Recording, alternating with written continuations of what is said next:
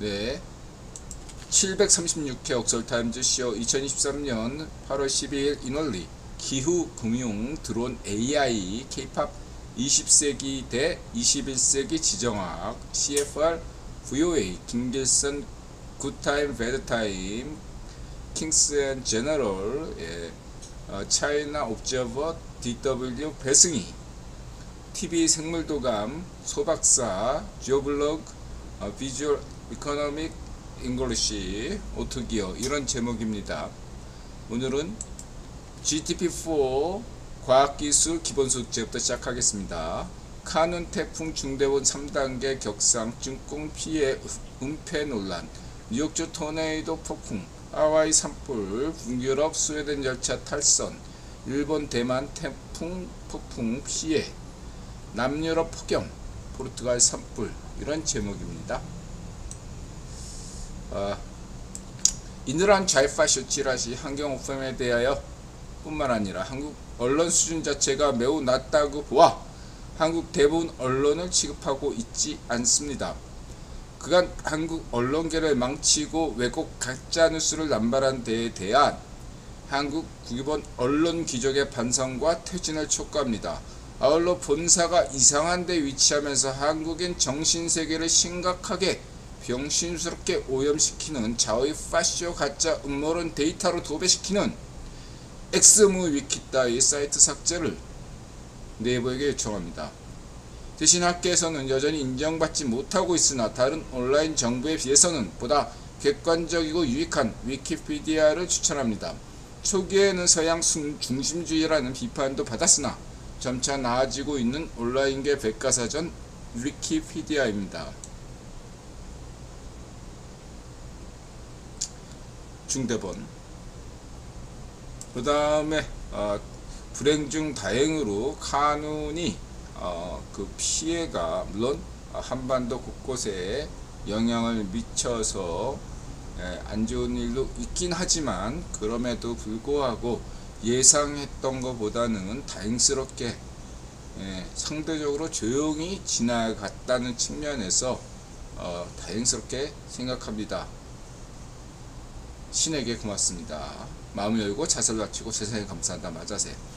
서울 강남 한복판 탄천에서 주만과 족대지를 하면 어떤 물고기가 잡힐까? TV 생물도감. ጭnkung 찌라시와 인도에서 은근 카눈에 대한 서울 피해가 많기를 기대했었는데 뜻대로 안 돼서 안타깝게 생각합니다. 다만 이런 점을 생각할 수 있겠죠. 지금 현재 인드라 잠실 주공 1단지에서 살아봤기 때문에 알거든요. 거기 잠원 초등학교를 잠시 다녔습니다.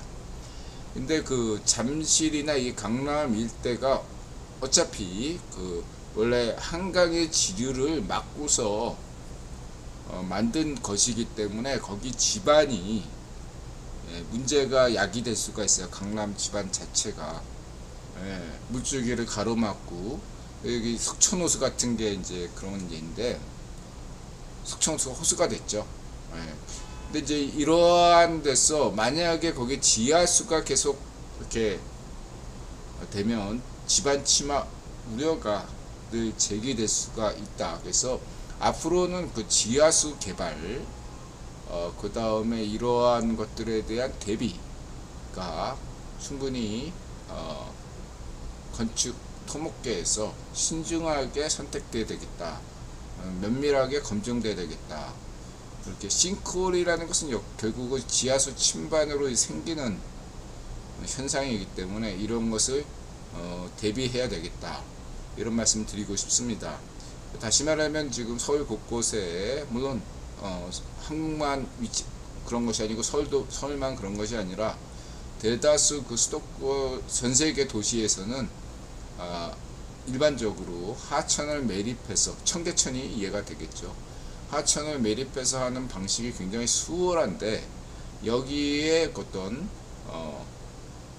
여러가지 그 전에 감안하지 못했던 이러한 면들, 기후 변화에 대비하지 못한다면 어떤 문제를 야기시킬 수 있다. 이런 점들을 고려하고 대비해야 되겠다.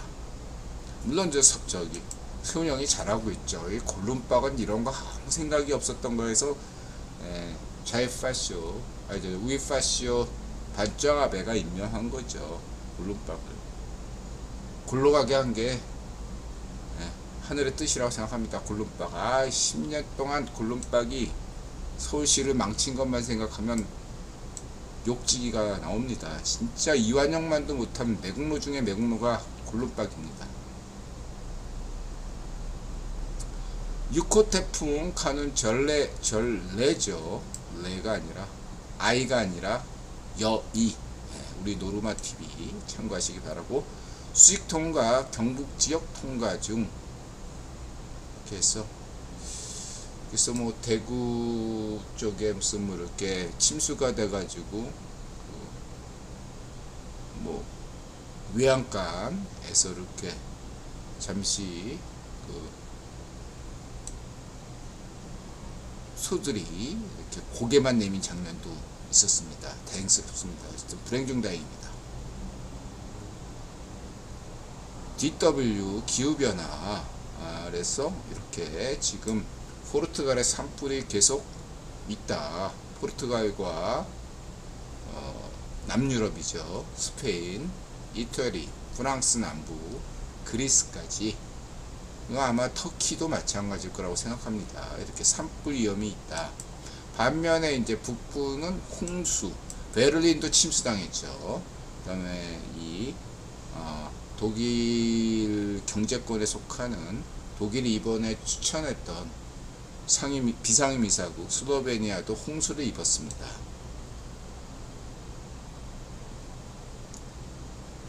그 태풍이 지구온난화로 인해서 앞으로 이렇게 극단적으로 변화한다.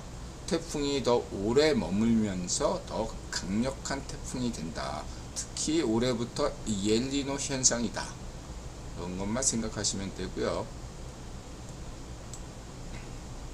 그래서 거제에 상륙했습니다. 그래서 미국 해양대기청이 현재까지는 가장 정확하다고 할 수 있겠습니다. 지금 한반도 상황과 관련돼서 수많은 기후 예보가 그렇게 쉽지가 않아요.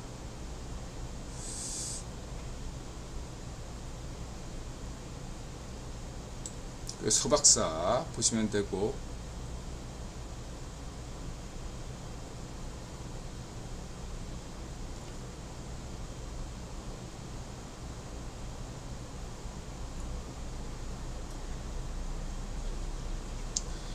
차이나 옵저버.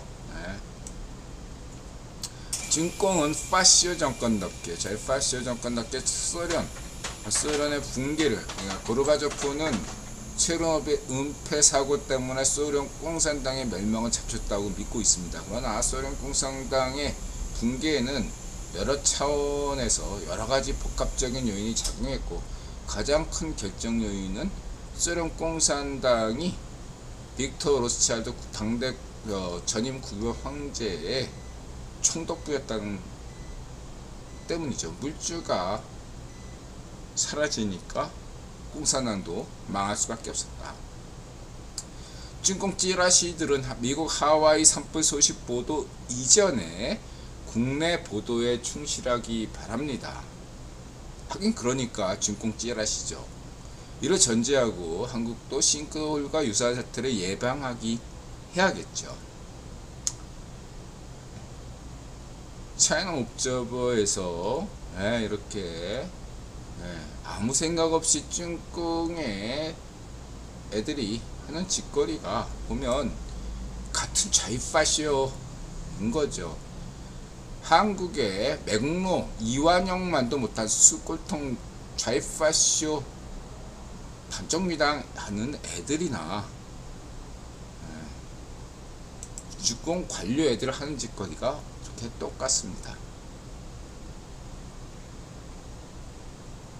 미국은 뉴욕주 등에서 토네이도와 폭풍이 발생했죠. 하와이에서 산불이 일어났습니다. 지금 50여 명이 사망이 했고 행불자가 더 많습니다. 이것이 예고도 없이 갑자기 일어났는데 이게 지금 앞으로 이게 기후변화가 극심할수록 예보가 더 어렵습니다. 이 유체역학도 어려운데 기체역학은 더더욱 어렵습니다.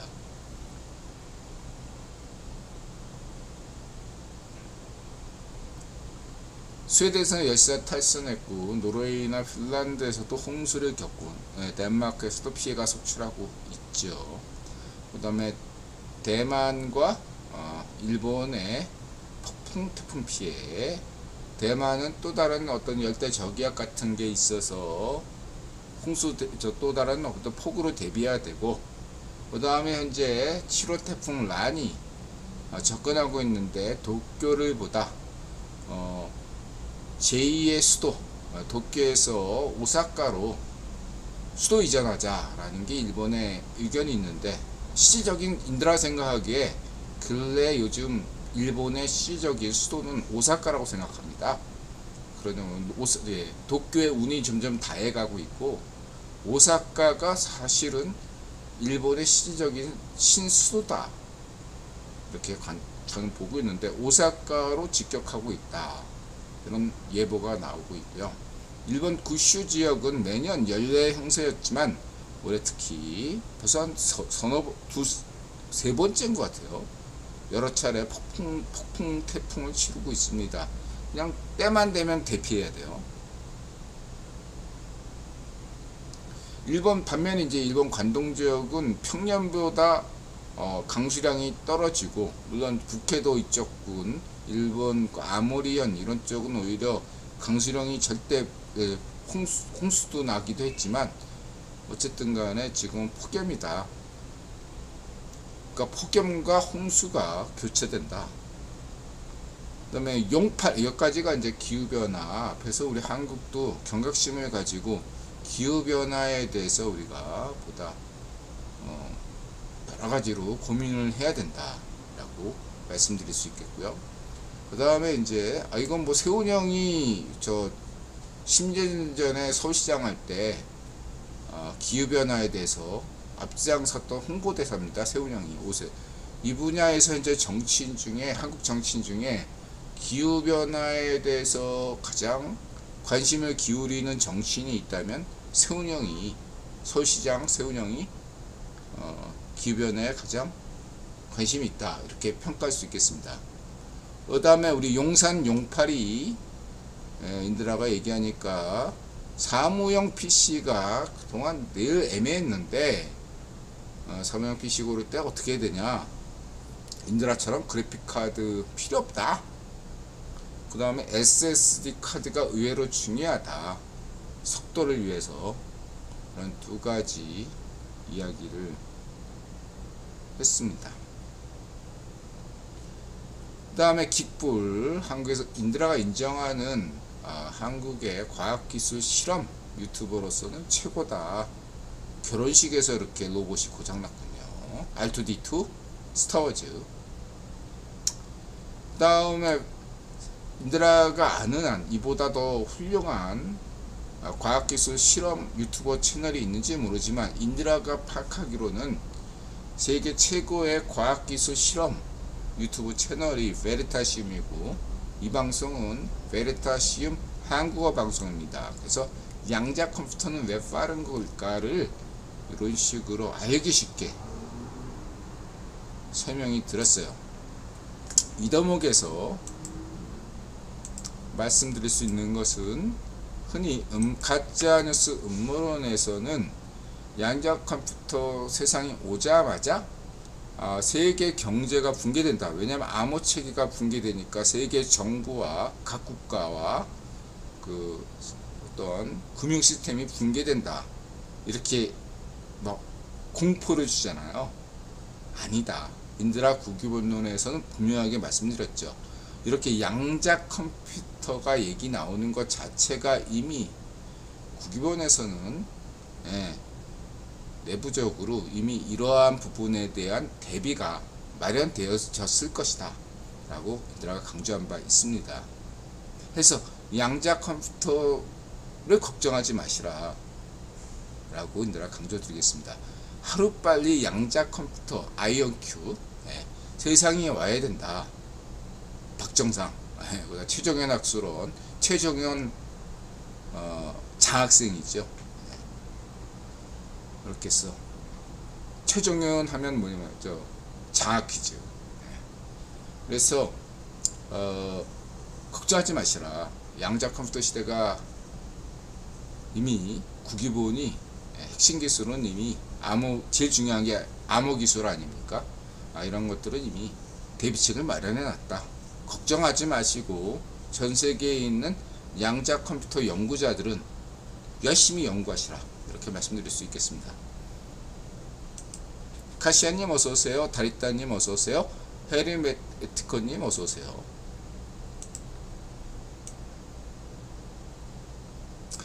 어쨌든 숫자가 나오니까 인더라도 머리가 아파지네요. 다른 건 없고요. 혹시 학생인 분들만 참고하시기요.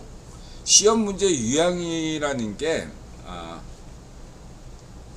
지금은 인드라가 나이 먹어가지고 숫자만 보면 저도 머리가 아파요. 생각하고 싶지가 않다. 인드라 학생인 게 아닌 게 정말 다행이야. 시험이 없다는 거. 그러니까 인드라가 꿈에서 트라우마가 몇 개가 있어요. 군대 만기 제대했을 때는 만기 제대가 취소됐습니다. 다 한 번씩 그 군대 제대한 사람들 한 번씩 꿈꿨을 거야. 만기 전역이 취소됐습니다. 다시 군에 입대하세요. 이런 꿈 꾸는 거. 그 다음에 인드라가 다시 대학생 때로 돌아가서 시험 보는 거. 악몽이야, 악몽. 그런 꿈. 그런 점에서 시험에 대해서 이제 얘기를 하면 인드라가 그 학력고사 시절에 수학 1, 이과니까 수학 1과 2를 만점을 받았잖아요. 둘 다. 수학 1 만점, 수학 2 만점. 그래서 그런 면에서 여러분들한테 조언한다면 어차피 출제자가 뭔가 대학교 공부를 위한 어떤 입학 검증 아닙니까? 그러니까 거기에 대비한 것과 그 다음에 그 시험생들의 등급을 나누기 위한 두 가지 를 평가하는 건데, 그러자면은 어떤 거에 문제에 들어가냐, 과학사에서 이슈가 됐던 것들. 그래서 여러분들이 확률을 공부하는 거고, 그 다음에 이런 대수학을 공부하는 거죠. 그때 과학사에서 이슈가 됐던 거, 이 정도는 좀 알아야 된다, 이런 거죠. 그리고 이제 이 암호가 중요하니까 왜 대수학에서 왜 이렇게 소인수 분해를 중시하는가, 소수를 중시하는가, 그리고 복소수, 유클리드 기하학을 왜 중시하는가, 이러한 점에서 과학사를 먼저 공부할 필요가 있다. 그러면 그 과학사의 이슈가 된 것 위주로, 그 다음에 오늘날 양자 컴퓨터처럼 양자 컴퓨터의 문제를 풀어가는 것, 현대 물리학의 문제를 풀어가는 것, 이런 거에서 기초적으로 요구되는 문제가 무엇이냐 라는 것들을 실험 문제로 낸다 이거죠. 거기 꼬아서 문제 낸다는 게 문제이긴 하죠.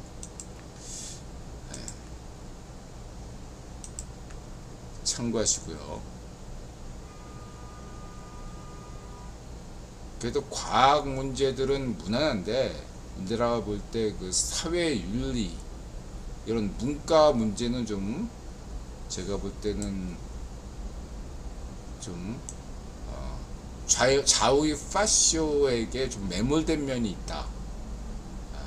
저는 그렇게 생각합니다. 한국의 공무원 시험이나 자격증 시험이나 그 수능 때 등장하는 어떠한 그 시험 유형들이 좀 지나치게 극단화된 거 아니냐, 너무 좌의 파시즘에 매몰된 것이 아니냐, 시험관들을 교체하고 시험 기관들에 대한 감사가 필요하다. 저는 그렇게 생각합니다.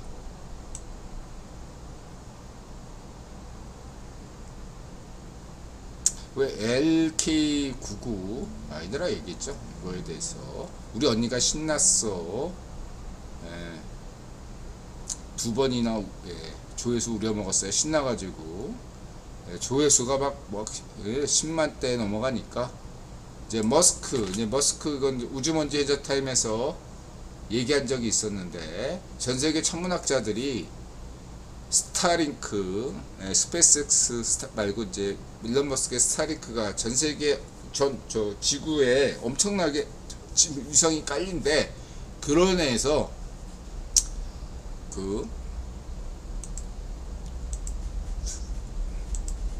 지구에서 지구 천문대에서 천문 관측이 어렵다 이거죠. 수많은 위성들로 인해서 막히고 있다. 근데 그건 불가피한 거 아닙니까 사실. 이제는 천문학자들이 지상에서 천문 연구하는 거는 이제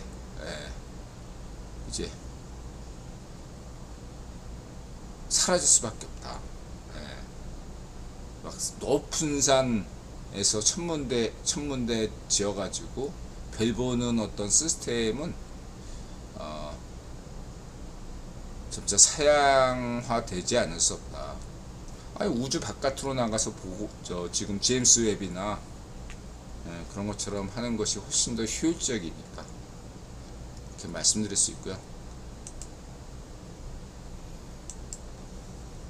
일단 우리 언니와 제가 보는 게 거의 같은 세상을 보는 것 같아요. 이건 뭐 뉴욕 때 친구들이 하는 얘기고, 그 다음에 이제 우주관광 버진 갈락틱스. 그래서 지금 우주관광하면은 두 군데죠. 하나는 아마존의 베이조스가 하는 우주관광이 있고, 이거는 버진 갈락티크는 영국의 버진 회사가 하는 현재 양대산맥을 기록하고 있죠. 그래서 이번에 시험 비용을 했다. 이제 우주 여행하는 시대가 도래했다. 이렇게 말씀드릴 수 있고요.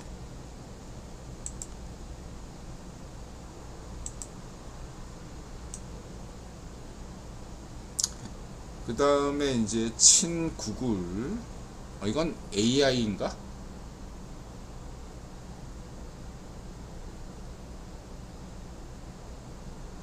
그냥 구분 없이 한번 볼게요. 어쨌든 고릴라 마이크로소프트에서 환각 오류를 최소화시킨다고 합니다. 지켜봐야 되고요. 그 다음에 이제 친구글 사이트에서 일론 머스크에 대한 칭찬. 다시 말하자면 일론 머스크가 AI에 대한 경고는 단순히 AGI 차원이 아니라 초지능, 인간보다 더 나은 그런 지능을 가진 로봇이 AI가 출현했을 때를 얘기하는 것이다. 보다 근본적인 것이다. 그랬을 때 이 일론 머스크가 꿈꾸는 상상하는 그러한 것을 알아야 된다. 이거 당연하죠. 인드라가 계속 이거 SF 강조해서, 인드라도 초등학교 때 SF 그 전집이 있어요. 갑자기 또 생각이 안 나네. 한 60권짜리 되는 것을 보고 이러한 꿈을 키웠죠. 전 세계 과학자들은 어린 시절 왜 과학자의 꿈을 품습니까? 대통령이 아니라 이런 SF 소설, SF 영화, SF 애니메이션을 통해서 과학자, 기술자의 꿈을 꿉니다. 박정희 대통령 때는 이 SF 분야를 굉장히 강조했는데, 그러나 그간 자이파쇼에는 한국의 소설들이 순문학이라는 이상한 헛소리로 인해서 과거에 집착하는 그러한 수구 꼴통적인 형태를 띄었습니다. 초기에는 물론 리얼리즘이라고 해서 긍정적일 수 있었어요. 허나 그 이후에도 순문학을 고집하고 SF 소설, 추리소설 90년대 이후에도 이런 것들을 소외시켰습니다. 그래서 인드라가 90년대 반문화 편집장인 시절에 이런 기득권 순문학을 타도하자 라는 측면에서 주류 순문학 그 좌파쇼 인드라 볼 때는 역사 왜곡하는 조정래 따위 이런 삼류 작가들을 때려잡는 그러한 SF 추리 그 다음에 이러한 오늘날 문피아에서 얘기하는 그러한 어떤 판타지 이러한 주변 장르를 우리는 고려된다. 선진국에서는 오히려 추리소설이나 SF 소설들이 인기인데 비해서 한국에선 천시한다 이거죠. 한국에서 SF 작가, 추리 작가 하면 굉장히 천대받았습니다. 한국에서는 소설가라고 인정받으려면 두 가지가 있어요. 하나는 그런 순문학 잡지에 등단하거나 또 하나는 신춘문예 언론사 찌라시에서 신춘문예에서 당선하는 거 이 두 가지밖에 없거든요. 근데 둘 다 순문학을 고집했다 이거죠. 이 순문학이란 것 자체가 일단 파시즘이라고 봐요. 이 순자가 더 순수, 이 순자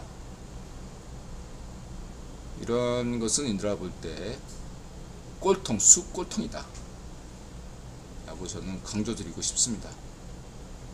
그래서 오늘날 한국 문학이 망했어요. 한국 문학 아무도 안 읽어요. 저는 연세문학회 한때 시인을 꿈꿨던 사람이고 시인 수업도 한 사람입니다. 등단할 수도 있었어요. 그 문학지 편집장한테 고려대 교수인데 그 사람한테 사사 한 6개월간 공부를 했습니다. 연세문학회 회장이었고요. 고등학교 때는 연극반이었습니다. 그리고 졸업하고 저는 한때 영화감독도 꿈꿨고 그 다음에 뭐 사회단체에서는 연극 대본, 연극 대본과 연출도 했고요. 그 다음에 또 뭐 KBS 2000년도 초반인가 KBS TV 애니메이션 작품기획과 시나리오를 썼습니다. 무지개 요정 통통 그리고 뭐 반문화 뭐 하여튼 해서 이쪽으로 문화 쪽으로 그 대중문화 평론가였죠. 또 인드라가 책도 펴냈고 이 정도 이제 이력이 있는 걸 굳이 얘기하는 건데 인드라 자랑이 아니라 이 정도로 나름대로 이쪽에 전문적인 입장에서 얘기한다면 인드라는 분명히 말씀드릴게요. 한국의 영화와 한국의 문화는 망해야 돼요. 이 꼴통, 수꼴통 한국 영화, 수꼴통 한국 문학은 망해야 돼요. 전 박수를 칩니다. 한국 영화 망했으면 좋겠어. 저는요. 한국 영화 망했으면 좋겠습니다. 한국 문학 망해야 돼요. 그래야 새로운 한국 영화가 나와요. 새로운 한국 문학이 나와요. 다행스럽게 지금 문피아나 이런 데서 이렇게 나오잖아요. 박수 칠 일입니다. 전 그래서 문피아 입장이 문피아가 약간 보수적이어도 전 조금 더 문피아가 더 전향적으로 기존의 그 순문학 애들, 수꼴통 애들 눈치를 보는 거 다 이해합니다. 이들은 문피아 운영진들이. 그럼에도 불구하고 저는 대단하게 높이 평가하고 한국 영화판도 망해야 된다. 그런 면에서 인드라는 분명히 말씀드리지만 넷플릭스를 지지합니다. 넷플릭스 오징어 게임 흥행한 것과 별개로 넷플릭스가 한국 영화판을 상당히 바꿨어요. 이런 수꼴통 한국 배우, 수꼴통 감독들을 물갈이하고 있어요. 저는 넷플릭스를 지지합니다. 디즈니, 애플 TV가 오면 둘이 세계에서 경쟁을 하든 말든 어차피 선진적인 시스템이, 제작 시스템이 등장할 것이기 때문에 한국에 있는 이런 숯골통, 좌우의 파쇼 숯골통, 한국 감독들, 한국 영화 배우들, 한국의 이런 조종래 따위의 좌우 파쇼들이 멸종할 것이라고 저는 확신합니다.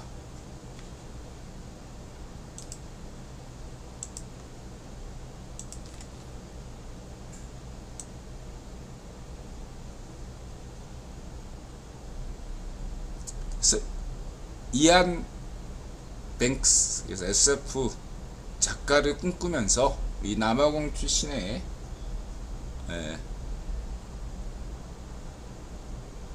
일론 머스크가 꿈꾼 거죠. 그래서 이안 뱅크스의 문화는 무엇인가? 요건 좀 이따 얘기하고요. 오랜만이다. 인드라 선생님 기본 숙제가 좋은 건 아는데 재원은 어떤 식으로 마련한지. 제가 환경미화원이라 망할 이유는 없지만 유럽처럼 세금 50% 가까이 가져가는 건 반대입니다. 오랜만에 써서 그런가 비밀 댓글 되었습니다. 세원 있는 곳에 세금이 있다고 AI 시대 부동산 소유자가 돈을 버는 거 아니죠. AI 시대에 대응한 기본소득제란 당연하게도 샘 알트만이 얘기한 대로 AI로 인해서 한국에서 삼성전자가 돈을 벌었다? 삼성전자에게 세금을 더 묻는 겁니다. AI로 현대 기아차가 돈을 벌었다? SK가 돈을 벌었다? LG가 돈 벌었다? 거기다 세금을 청구하면 됩니다. 미국에서도 마찬가지죠. 애플, 엔비디아, 그 다음에 테슬라, 그런데 다 청구하면 되는 거예요. 대만은 TSMC 쉽죠. 이게 세원 있는 곳에 세금 있는 겁니다. 그렇다면은 환경미화원 이웃분이 걱정하시는 대로 이 50%라는 것은 말하자면 사회복지제도의 그러한 어떤 북유럽 시스템 모델인데 50% 이상 매기는 건 북유럽이지 독일만 해도 좀 덜해요. 그렇지는 않아요. 영국이나 이러한 시스템이라는 건 지정학에 따른 시대적인 것이지 오늘날 북유럽 시스템이 이따 경제 면에서 얘기할 수 있겠지만 스웨덴마저도 좀 달라지고 있어요. 스웨덴 출신의 축구선수 홀란드는 과연 세금은 50% 물까요? 좀 생각해 보시기 바랍니다. 말괄량이 삐삐 썼던 스웨덴 작가가 있어요. 인드라가 좋아하는 작가인데 말괄량이 삐삐 기억나시죠? 그분이 이제 스웨덴의 이 세금에 대해서 불평을 털어놓은 적은 있긴 합니다. 근데 어떤 그 북유럽의 이따가 경제에서 얘기를 하겠습니다.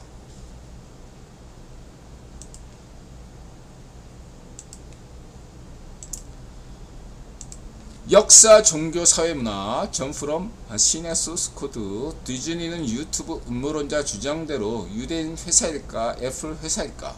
로이 디즈니, 팀 쿡, 마이클 아이즈너, 밥 아이거, 볼리우드 ABC. 애니메이션이 제작 난이도 때문에 수요가 비해 공급이 유연하게 대응하지 못하는 면이 있는데요.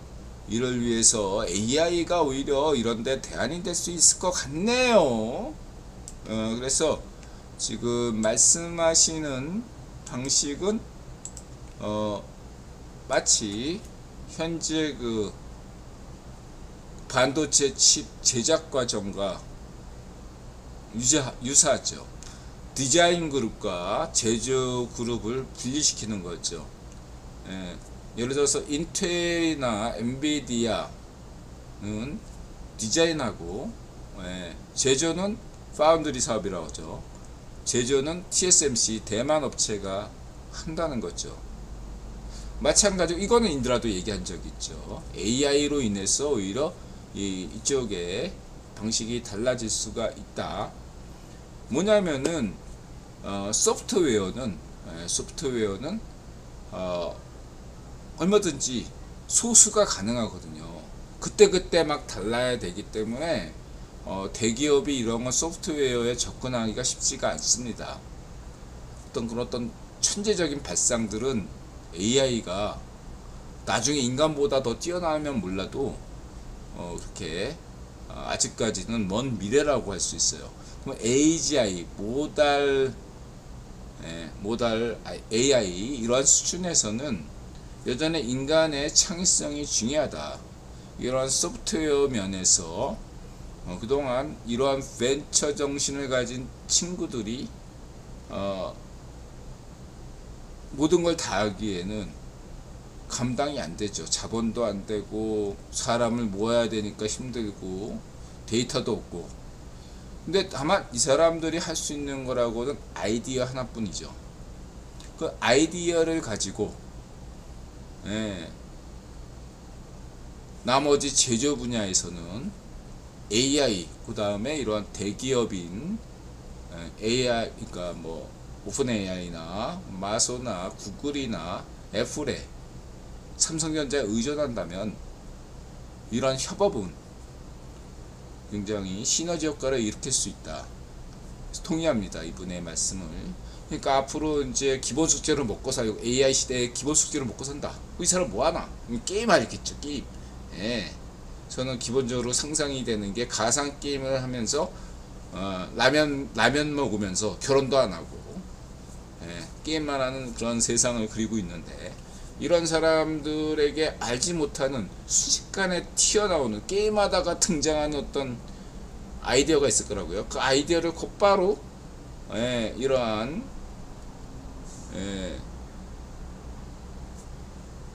언어 모델과 AGI와 연결을 딱 시키면 곧바로 하루 내에 이런 멋진 애니메이션이 제작될 수가 있겠다 라고 볼 수 있고, 물론 캐릭터 뽕빨은 인터넷을 대중화시킨 게 AV였잖아. AV 성인물. 그런 것처럼 이러한 AI나 가상현실을 대중화시키는 상업화 수단은 역시 아무래도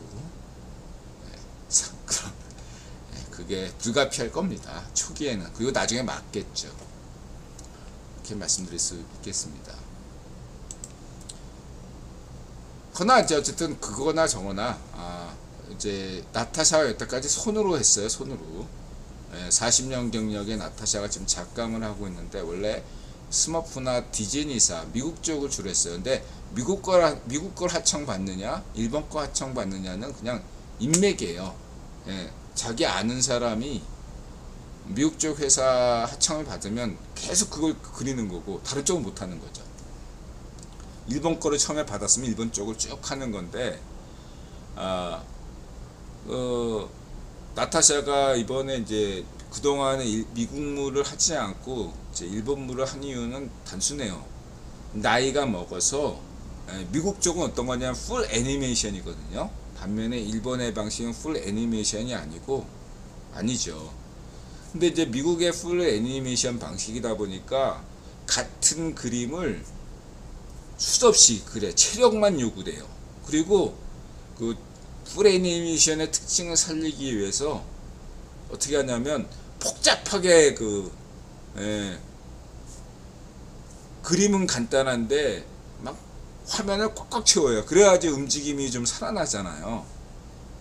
그게 미국 애니메이션, 풀 애니메이션의 특징이에요. 그리는 건 간단해. 근데 굉장히 그러니까 쓸데없이 복잡해. 화면을 꽉꽉 채워야 돼요. 그 짜증이 나는 거죠. 반복 작업이고. 그러니까 이것은 체력이 좋은 사람들한테만 유리해요. 실력은 좀 떨어지더라도 체력이 좋은 인드라 같은 사람이. 그러니까 남자들이 이런 것들을 맡게 돼 있어요. 근데 나타샤는 여성이고 그리고 체력이 없어.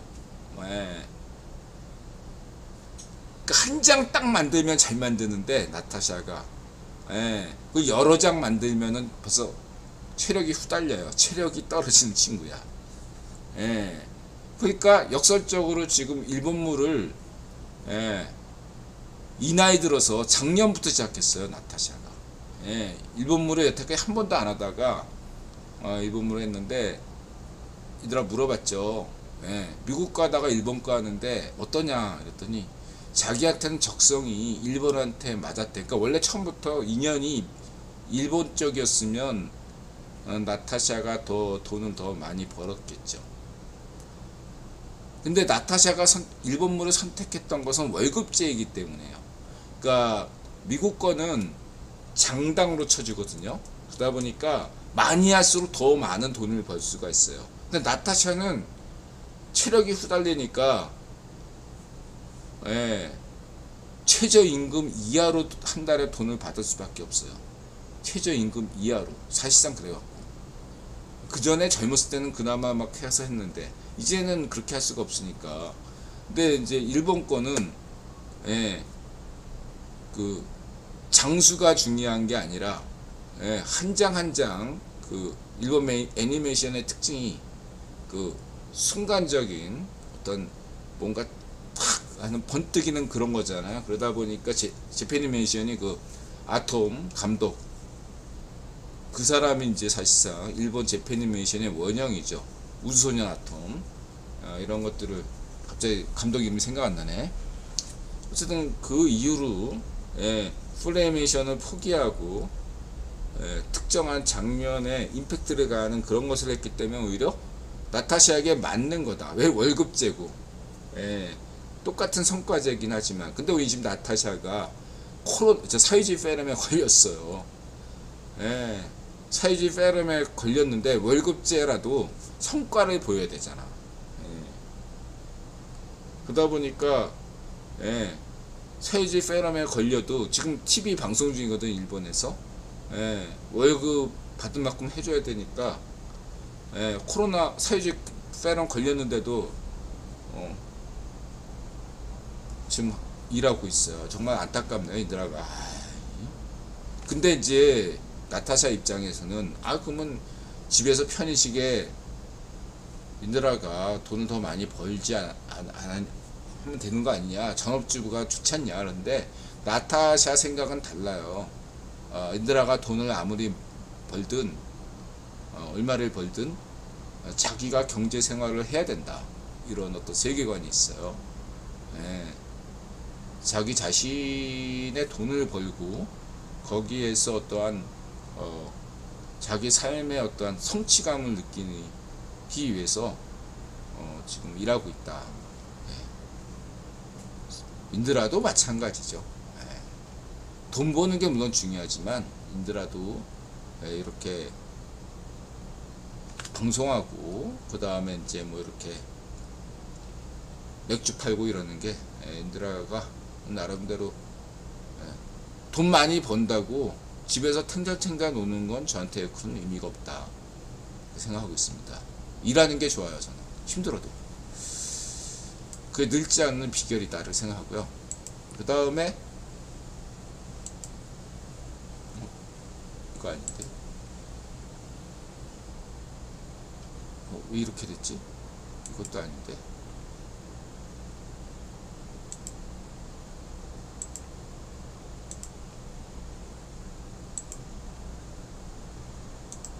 예, 생각하고요.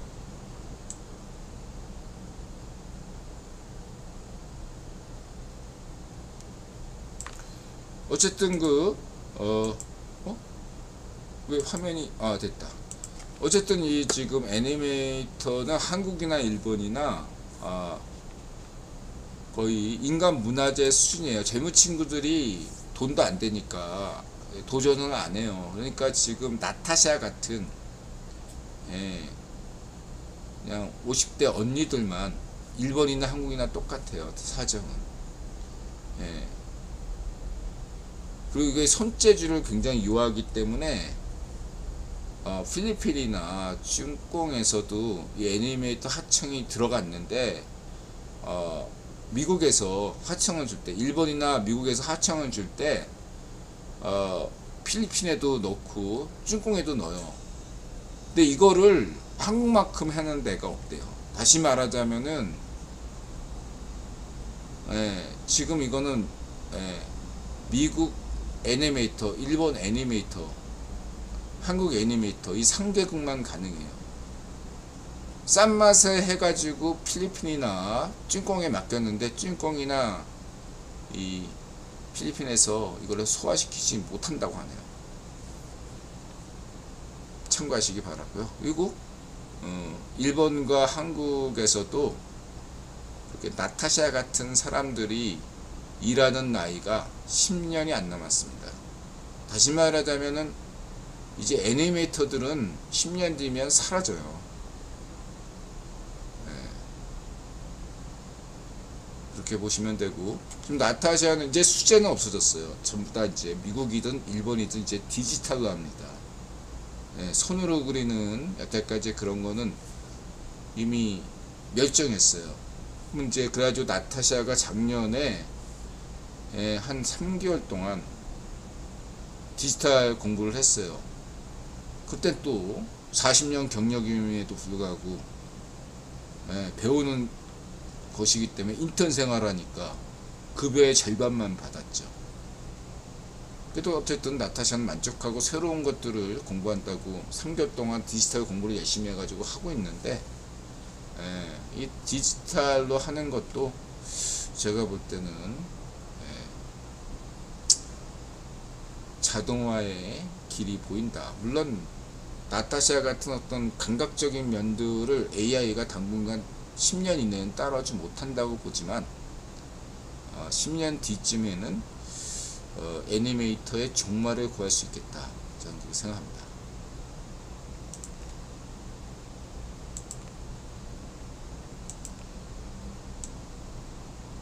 이게 이제 최근에 나타샤가 그리고 있는 일본 TV 현재 방영되고 있어요. 학원물이에요, 학원물. 그 다음에 그 온TV, 온통TV, 이렇게 한지를 만들어내는 충주 괴산. 한지하면 또 전주 아닙니까? 그 다음에 아제너드, 세상이 정말 시뮬레이션을 하면 우리는 어떤 삶을 살까? 이러한 것들, 그래서 신의 소스코드에 전임 국왕제인 버트란트 러셀, 부직갱이 사건 유명하죠. 비트겐슈타인과 버트란트 러셀의 논쟁. 후기 비트겐슈타인은 초기 비트겐슈타인과 후기 비트겐슈타인의 차이는 뭐죠? 초기 비트겐슈타인은 세상의 모든 사물은 언어로 다 표현 가능하다. 그 외의 것은 말할 필요 없다. 뭐 이런 입장이에요. 후기는 뭐냐면 세상에는 언어로 표현되지 못하는 것이 있다. 이렇게 후기 비트겐슈타인 이렇게 말해서 비트겐슈타인과 버트란트 러셀의 논쟁이 있었죠. 그게 부직갱이 논란이었는데, 이에 대해서 이제 버트란트 러셀은 이분이 좋아하는 세빌리아의 이발사 집합론처럼 상위에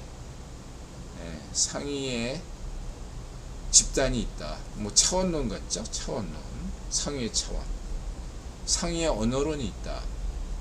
이런 식으로 슬쩍 질문을 회피했죠. 뭐 일리가 있기도 하고요. 그래서 이제 이러한 버트란트 러셀의 개념으로 이 작가가 한국 작가더라고요. 이름은 예명은 존 프람이고 자기 얼굴도 AI 합성 사진을 내보낼 만큼 한 건데, 주인공이 동성애자, 여성 동성애자, 양성애자, 이렇게 설정한 걸로 봐서는 인드라 볼 때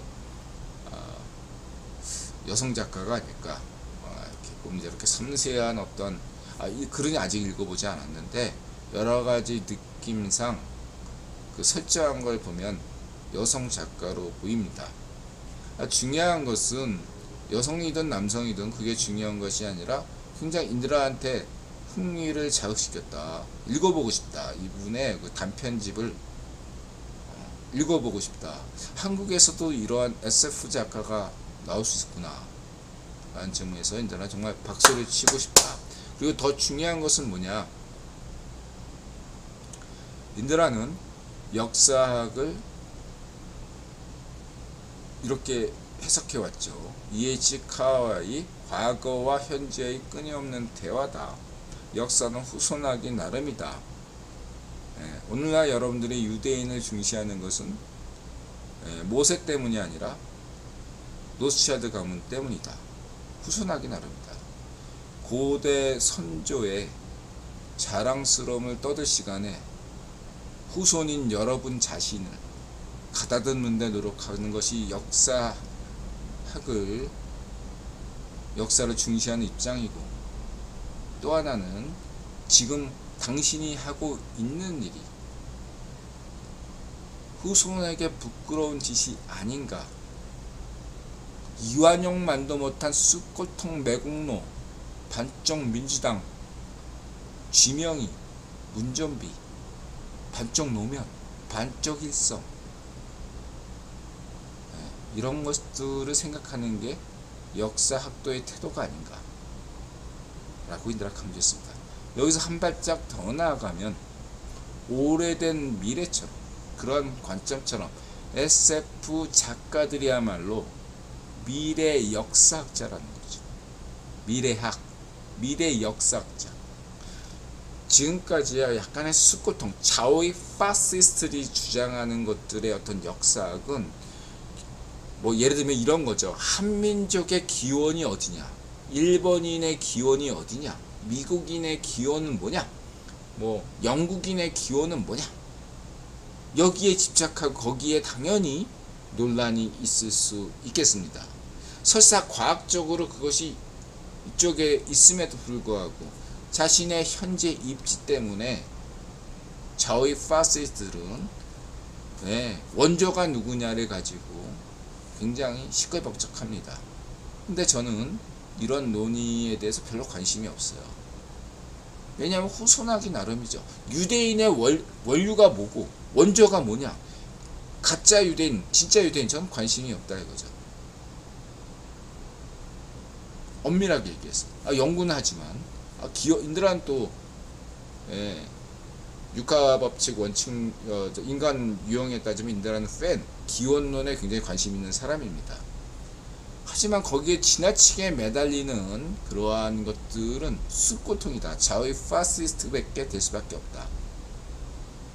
오히려 자유좌파와 자유우파, 자유인들이 인류가 나아갈 길은 미래 역사학에 있다. 그거는 일론 머스크처럼, 우리 예를 들어서 지금 인류라고 하잖아요. 인류의 미래를 어디다 둘 것인가에 따라서 오늘날 우리 실천 과제가 달라요. 생각하는 것들이 달라집니다. 가령 미래의 어떠한 시점을 두고서 그 시점에 인간과 사이보그, 이러한 것들이 공존하는 사이버펑크 소설에 나오는 그러한 사회를 우리가 인정한다면 오늘날 AI를 바라보는 시각 자체가 달라질 수 있어요. 그게 트랜스 휴머니즘론인데, 지금은 우리가 인류라는 관점이 어떻죠? 기계 인간을 배제한 상태란 말이에요. 오늘날 인류라는 개념은 인류에게 해를 끼치지 않아야 된다. 로봇은 아이시모프의 3원칙, 로봇 3원칙. 거기에 따르면 로봇은 인간을 해치지 말아야 된다. 근데 이때 인간을 어디로 규정하느냐에 따라서 굉장히 달라진다 이거죠. 예를 들면 인드라가 100세야. 나이를 100살 먹었어. 이가 다 빠졌어. 그리고 관절이 다 나갔어. 당뇨로 인해서 당뇨 환자들은 발이 썩거든요. 나중에 합병증 때문에. 그래서 사지를 절단했어. 그리고 당뇨병 환자가 눈도 나빠지거든요. 노안이 들어서. 그래서 거의 안 보여. 장님이나 다름없어. 다만 인드라 머리만 있는 거야. 뇌만 있어. 이랬을 때 인드라가 과감하게 백만불 사나이처럼 다 의수의족하고, 예, 눈도 다, 예, 도입 임플란트, 예, 이빨 이 임플란트 하듯이 미래는 안구를 대체한 임플란트도 하고, 심장도 임플란트로 대체하고, 그런 세상이 와가지고 그런 걸로 대체하면 인드라는 과연 인간일까요? 아니면 기계일까요? 인간을 무엇이라고 규정할 거냐 이거죠. 이게 트랜스휴머니즘의 그런 건데, 미래에 인류를 어디다 둘 것인가에 따라서 오늘날 AGI, 초지능 AI를 바라보는 시선이 달라진다. 이게 오히려 미래 역사 관점이라는 거죠. 이게 그리고 실천적이고 훨씬 더 우리에게 중대한 문제라는 거죠. 과거도 중요하지만 잊지 말아야 되겠지만, 오늘날 우리는 정통성을 과거에 둘 것이 아니라, 과거의 왕조들은 미래를 모르기 때문에 조금 더 오래된, 통일신라니까 통일신라보다 이전에 고려다 해서 고려가 됐고, 고려보다 더 먼 게 조선이다 해서 조선이 된 거 아니겠습니까? 조선보다 더 먼 게 뭐냐? 우리 한민족이다. 대한민국. 자꾸 더 오래된 걸 자꾸 기원을 하다 보면 뻥튀기가 된다 이거죠. 그거보다 미래 인류 관점에서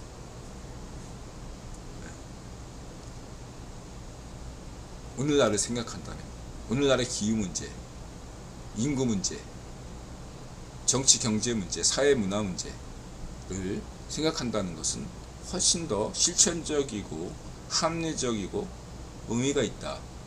여러분의 출세에도 보탬이 될 것이다. 미래를 생각하고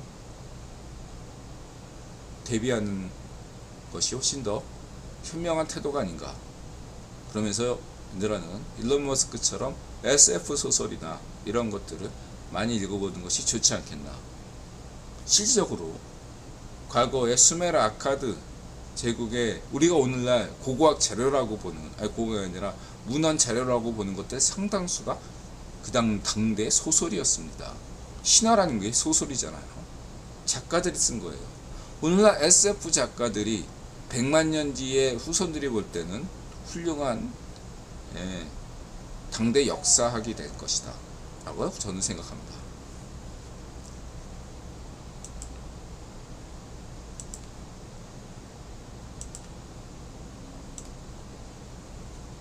영혼의 모양으로 찻잔 돌리며, 인드라가 한번 대형 서점에 가고 싶은 충동이 느꼈어요. 이거 꼭 한번 읽어보고 있습니다. 이 친구 재밌네요. 여기 SF 이런 채널이 있네요. 액션 누아르 하트 SF. 머리도 아주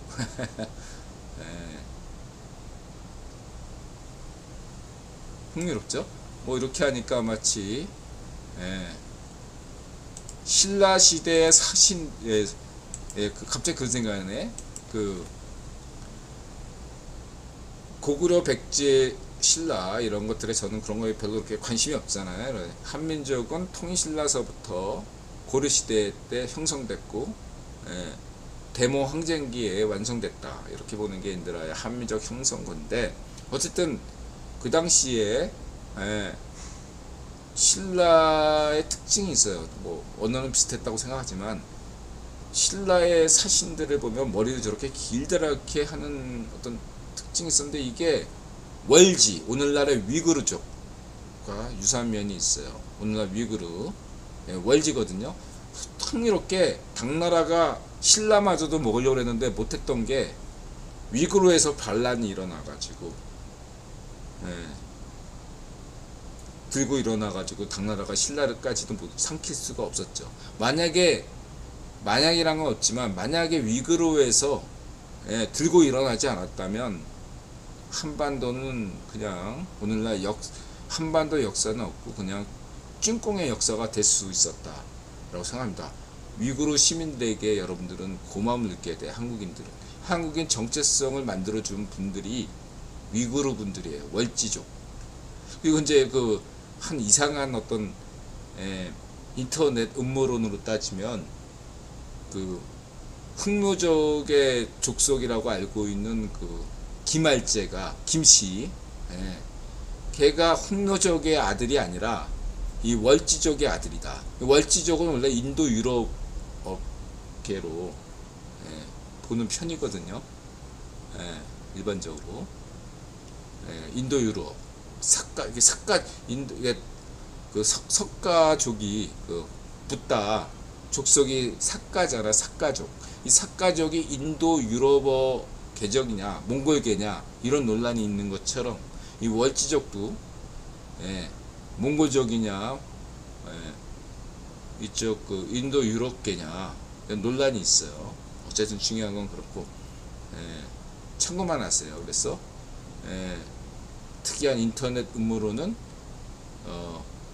단지 만약에 그 김할제가 흉노족에 불과했다면 몽골계에 있다면은 그렇게 신라 장수들이 키가 크지도 않았을 거고 원래 몽골족들은 키가 작습니다. 월지족은 키가 크고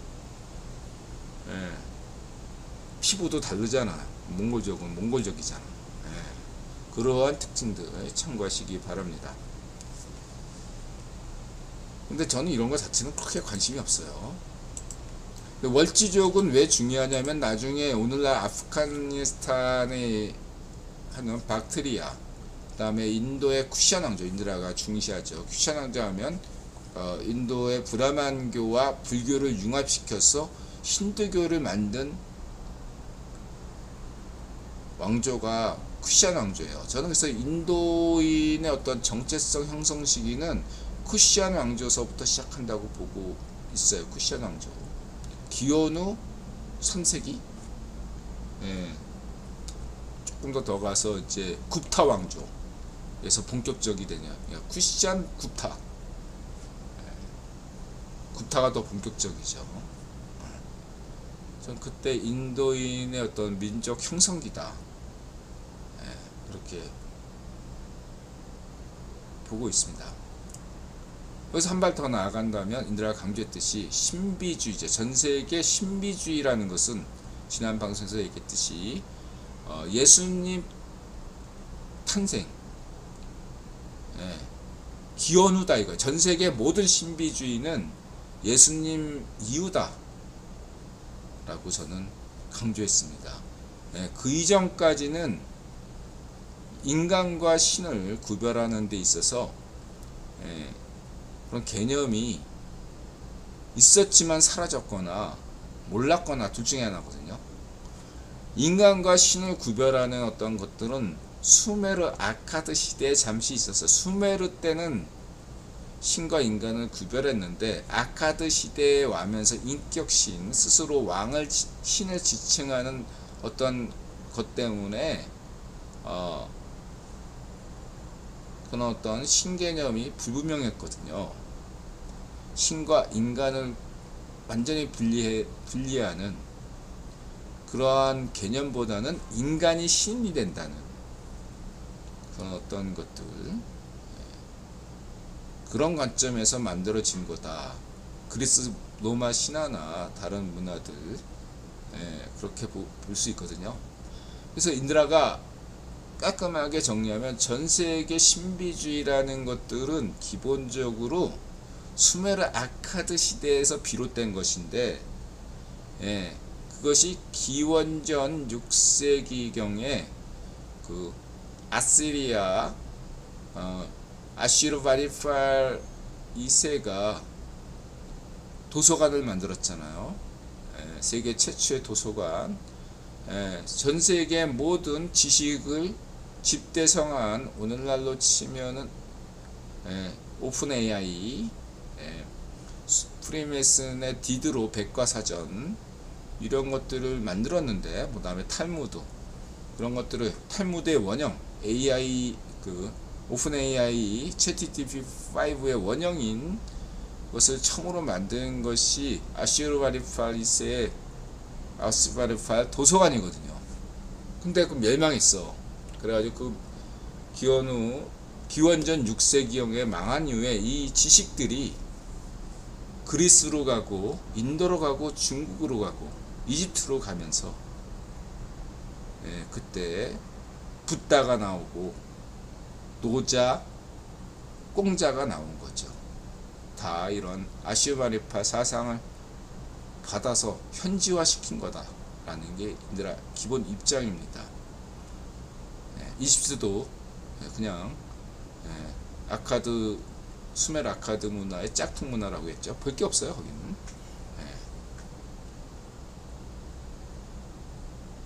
그런 관점에서 신비주의는 그렇다면 노자나 장자 같은 건 기원전 4세기 아니냐. 신비주의는 예수님 탄생 이후라면서 붓다도 기원 전이고 노자, 공자, 장자도 기원 전이고 뭐 그리스의 신비주의라고 하면 피타고라스인데 프리메슨 뭐 이런 것도 기원 전인데 뭐냐? 인도도 리그베다 그 브라만교 그것도 기원전 600년경에 만들어진 거다. 뭐 브라만과 아트만 이런 신비주의 뭐라고 설명할래? 스테인드라 얘기는 그거는 초보적 오늘날로 치면 기원을 막 따지니까 그런 거예요. 인드라가 아주 쉽게 설명할게요. 어떠한 원형적인 사상이라는 것은 원죄라는 것은 별게 아니에요. 다 큰 뜻을 품고 있는 게 아닙니다. 오히려 후대 제자들이 거기에 의미를 부여하는 겁니다. 거기에 살을 붙이고 뭐하고 그래서 한국의 뭐 고유한 사상이 유불선 뭐 이렇게 얘기하잖아. 신라 최치원이 한국에는 유교도 있고 불교도 있지만 신선사상도 있다. 그래서 이거의 신선사상은 뭐 우리 민족의 고유한 사상이다 라고 이야기하죠. 근데 저는 중국에서 산동 지역에서 기원한 신선사상, 한국에 있는 신선사상, 인도의 신선사상, 혹은 켈트족이나 북유럽에 있는 그러한 사상이나 중앙아시아의 모든 신선사상의 기본은 다 현지화돼서 그런 거다. 원형이 있다. 신선사상의 원형은 어디서 왔느냐? 아슈바니팔이다. 수메르 아카드에서 온 거고 아슈바니팔이 완성한 것이다. 기원전 6세기경에 전세계 신선사상이 만들어졌다는 거죠. 그리고 실제로 아슈바니팔 때 그 인드라가 강조했던 뭐죠? 구약에서 등장하는 천사의 출현이 바로 이 아슈바니팔에서 비롯됐다. 구약에서 등장하는 천사라는 어떤 개념은 아슈바니팔의 그 헤르메스, 그러니까 아슈바니팔의 그 시종이자 비서실장을 신격화시킨 데서 나온 거다라는 거죠. 천사 개념이 그래서 천사장 그런 것들의 개념이 그 당시에 나온 거다. 그래서 일부 잘못된 성경 해석하시는 분들이 그 금성신 그게 뭐죠? 하여튼간에 하여튼간 있어. 걔는 카톨릭이나 개신교 그 만드신 분들 루터부터 시작해가지고 다 금성신을 사탄이라고 생각한 적이 없어요. 해석하지 않았어요. 일부 유튜브 가짜 뉴스 음모론자들은 사탄이라고 생각하죠. 그 사람 악마라고 생각하죠. 사탄이란 개념은 예수님 탄생 이후에 등장한 기원 후에 등장한 개념이에요. 저는 사탄의 실체를 분명하게 말씀드린 바 있습니다. 사탄은 누구다? 기원후 2세기경에 마니교를 만든 마니가 사탄인 거예요. 적그리스도고, 마니 때문에 나타난 게 적그리스도고 사탄인 거예요. 중국에서는 마교, 예, 이렇게 말씀드릴 수 있겠습니다. 갑자기 생각나요. 루터스, 그 금정신, 걔는 사탄 아니에요. 명확하게 구별하셔야 됩니다. 어떠한 그 좌이파시 음모론에 매몰된 신학자가 아닌 한, 예, 카톨릭이 인정하고 개신교가 인정한 어떤 그 명망 높은 대다수 신학자, 주류 신학자들은, 예, 금성신을 악마로 보지 않습니다. 그리고 그런 신비주의로 얘기하는 뭐 헤르메스교, 오늘날 신비주의, 근데 그 프리메슨들이 숭상하는 헤르메스, 그리스 신 헤르메스를 숭상하는 게 신의 전달자 아니야. 예? 이걸 뭐 이집트하고 막 연관시키는 게, 이집트 걔도 짝퉁인 거예요. 헤르메스도 짝퉁이고 이집트 걔도 짝퉁이고, 중요한 건 이집트나 그리스나 누구를 베낀 거다? 예, 아슈와리팔의 비서실장 신을 베낀 거다. 이렇게 강조드리겠습니다. 이집트에는 아무것도 없습니다. 예, 분명히 말씀드릴게요. 왜 그러면, 딱 거기까지만. 예, 이집트에는 볼 게 없어요.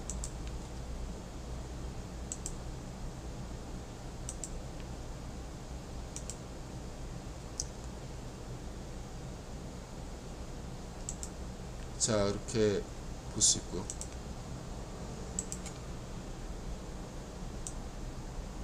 그래서 이거는 이제 켈트족의 기원, 예. 그래서 이런 거, 유럽인의 기원은 뭡니까? 켈트입니까? 게르만입니까? 노르만입니까? 예, 재밌죠? 저는 켈트족들 좋아합니다. 예, 켈트한 거. 예, 이것도 그래. 예, 오늘날 왜 이 SF 작가처럼 스코틀랜드 출신들은 이렇게 유명한 사람들이 많지?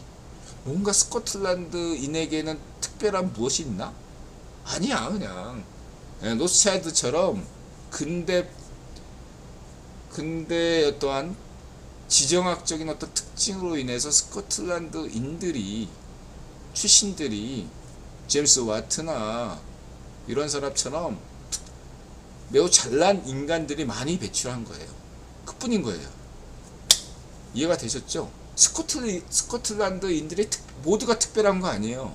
유대인들이 모두 특별한 것도 아니고, 한국인들이 모두 특별한 거 아닌 것과 같은 거죠.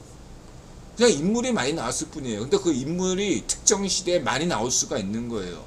그만한 환경적 여건이 주어지면, 예, 자극을 받으니까, 예, 또 연관이 되니까, 예, 많이 나올 수가 있는 겁니다. 그래서 그럼에도 불구하고 켈트족의 음악을 전 좋아합니다. 켈트 포크, 예, 북유럽 포크, 켈트 포크, 아일랜드 민요나 스코틀랜드 민요를 인들아 되게 좋아합니다. 예, 말씀드리시고요.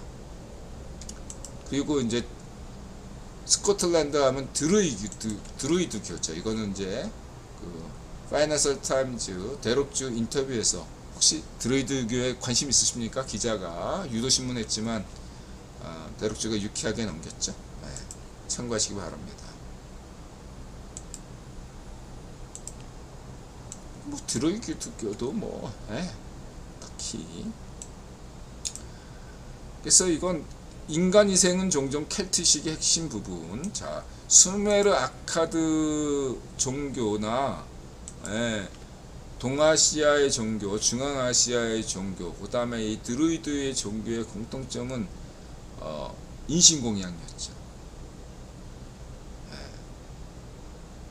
그래서 이런 면에서 유대교가 굉장히 의미 있는 게, 인신공양을 금지했어.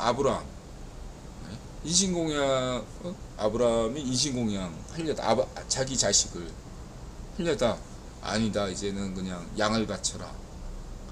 이게, 예? 아브라함이 종교 개혁가인 거예요. 아브라함이 신은 아니잖아. 그러니까 붓다처럼 종교 개혁가인 거죠. 완전 혁명적인 거예요. 당대 모든 종교들이, 원시 종교들이 인간, 특히 심했던 데가 저쪽 아즈텍 마야 문명에서 근대 이전까지 했잖아요. 근데 이런 인신공양을 심청이 그런 것처럼 그런 걸 없앴다는 게 유대교가 굉장히 선진적인 종교였다는 거. 그래서 여태까지 살아남았다. 전 유대인이 아니지만, 유대교를 믿지 않지만 이런 점을 분명히 지적하고 싶습니다.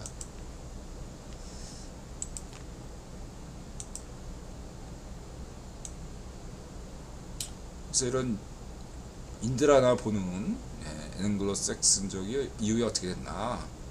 노르만이나 이건 루스, 지금 이것만 하고 1분 쉬었다 가겠습니다.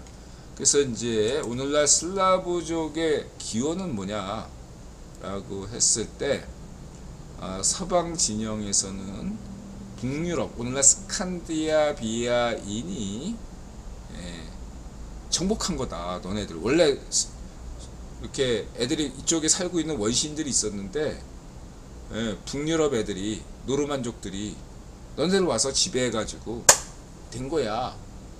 이게 이제 서방세계의 어떤 것이고, 저는 이 설을 단지 서방세계가 주장해, 서유럽이 주장에 따라서 지지하는 것이 아니라 이게 더 정설로 보이는데, 배 타고 이렇게 드니프르강 타고 와서 지배한 거다. 근데 러시아 입장은 걔네 그러면은 자존심이 상하잖아. 얘들이 아니다. 러시아, 오늘날 루스가 러시아, RUS가 루스인, 루스인은 루스인이다. 뭐 이런 식으로 주장하는 건데 근거가 없죠. 제가 볼 때 볼 수 있겠습니다. 이렇처럼 이렇게 지금 인드라가 이 위파쇼 푸딩을 수고통, 위파쇼로 보는 이유가 역사관에서부터 이렇게 수고통이거든. 과거에 연연하고, 그렇죠? 과거에 집착하고, 이런 수고통, 쪽 세계관을 갖고 있었기 때문에 문제가 크죠. 과거에 집착하지 않는 미래 역사학자가 될 텐데, 역사관을 가져야 될 텐데, 본다. 그런 면에서 이러한 민족의 이동 생각해 보시기 바랍니다. 참고로 당나라 고구려 백제를 멸망시키고 신라마저 멸망시키려 했던 당나라 그 왕조가 선비족 출신이죠. 선비족. 이 한족이 아니에요. 당나라 왕실은 한족 출신이 아니라 선비족 출신입니다. 선비족이 흉노정한테 밀린 거거든요. 근데 그런 당나라에서 신선사상을 거의 준 국교로 삼았다 이거예요. 다시 말하면 노장사상이라는 것들은 여러분 삼국지 시대에 뭐 한중에 사는 오두미교 장로, 오두미교 했잖아. 그때 노장이란 게 없었어. 삼국지 시대에 조차. 뭐 언제부터 노장 했냐? 당나라 시대 때부터. 당나라 때 준 국교가 된 거야. 사실상 국교야, 국교.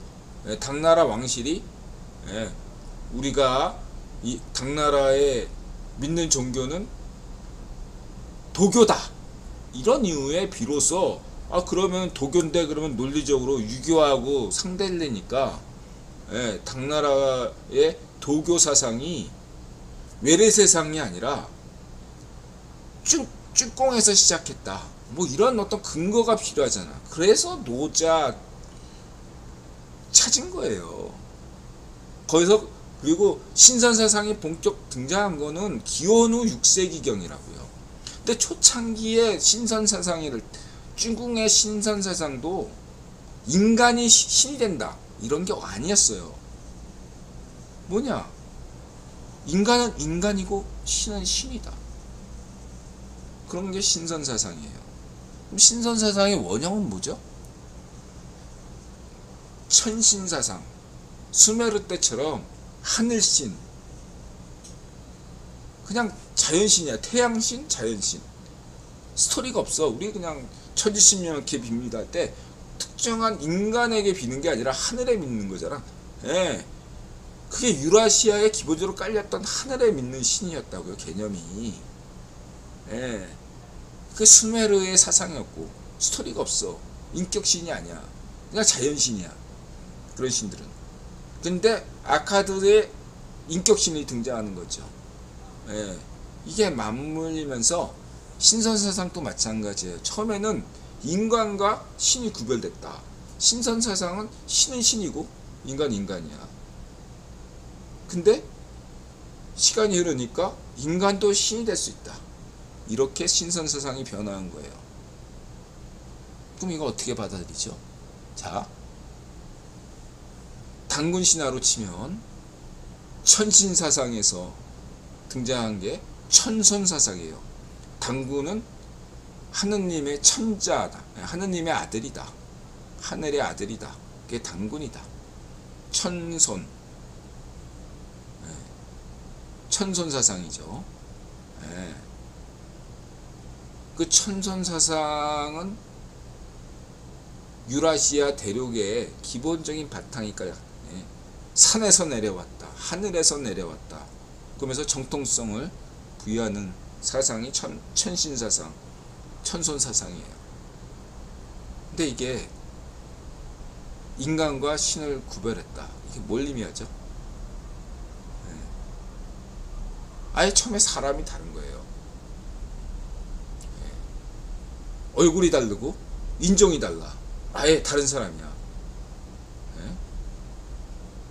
남미인들이 이렇게 봤을 때 백인이 딱 왔어.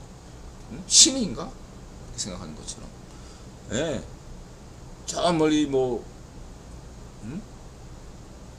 우크라이나 평원에서 유목민이 쫙 달려와가지고 만주벌판과 한반도를 먹었어.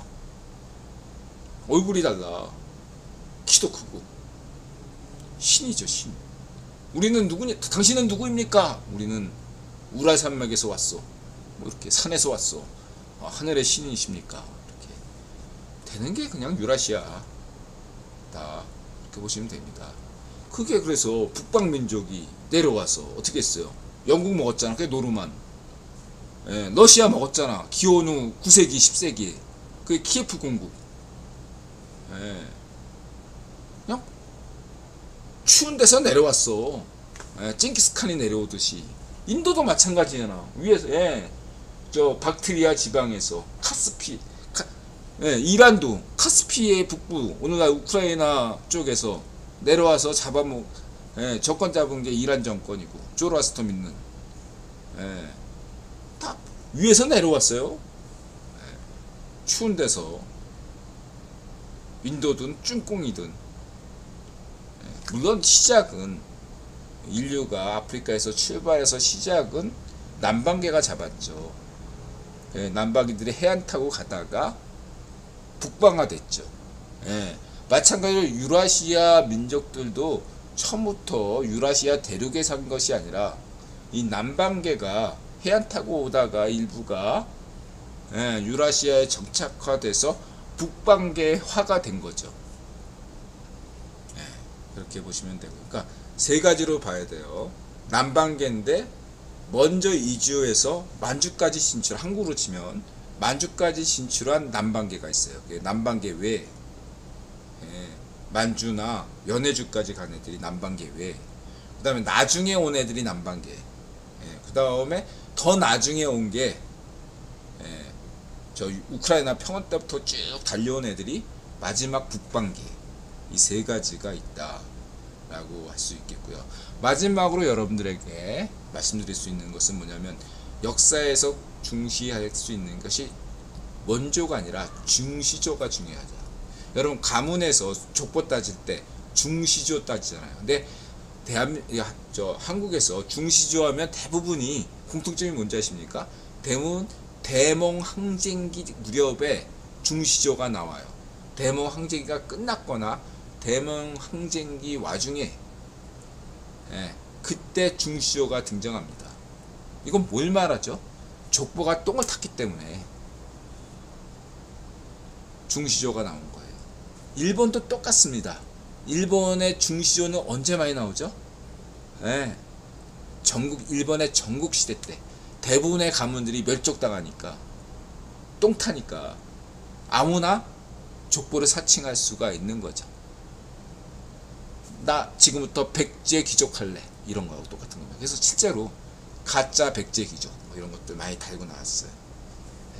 나 백제 후손이야. 왜냐면 백제 후손하면 왕족이잖아. 나 신라 후손이야. 나 고구려 후손이야. 전국시대 때 다 똥 탄 겁니다.